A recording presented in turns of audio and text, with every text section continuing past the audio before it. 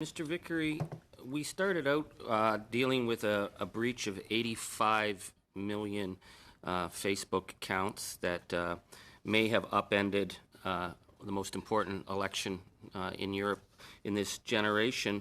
And you come this morning and then you just casually mentioned 48 million other people who may have had their information breached, including very personal information. I know this is something you're probably still investigating, but was this a Facebook breach? No, this is something entirely separate as far as I'm currently aware. But a part of the work that I do tries to highlight the prevalence of this type of data breach.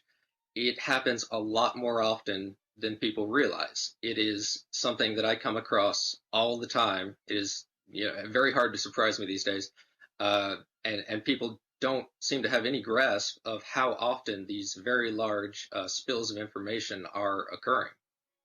Well, I want to, and I'll be following up in my next round, much more focused on the issue of the database breach and aggregate IQ's role in it.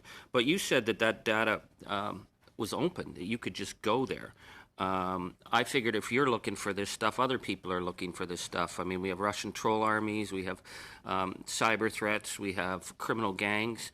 Was that database open to exploitation from other? Because you'd mentioned the danger of other players. Would you elaborate on the potential danger of other players getting access to that data? Yes. Every breach that I come across, see that is secured after I come across it, and then eventually talk about it in public reports, each one of them is completely open to anyone and everyone with an internet connection. There's no username, password, or other protection involved. And to get at what I believe you're asking about, the answer is yes. If I'm coming across all of these, and I'm one guy and now working with a team these days, but relatively one guy coming across all this, it would be extremely surprising if adversarial nations were not devoting large sums of resources to do the same for malicious intent.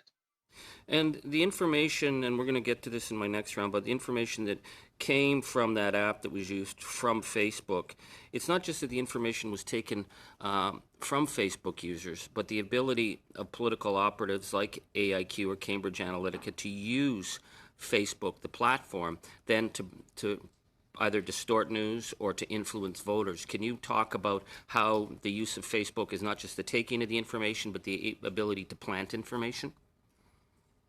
Yes. As a starter to answer that, I want to make it clear that Facebook app usage and potential exploitation, going over into the gray area of what you can do with it, is a prolific problem.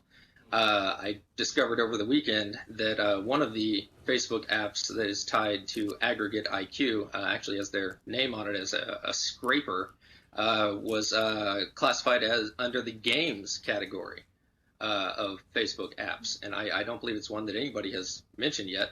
There's probably that app still usable now, or has that app been disconnected? They have been suspended from the Facebook platform, so I believe it is no longer functional. Okay. But the identifier for the app still exists within the code that I found. So that's the first part of your question. Can you remind me, what was the second part of the question? We're at 4 minutes now, so maybe we 4 minutes, really? Yeah. I think you're cheating me, Mr. Chair.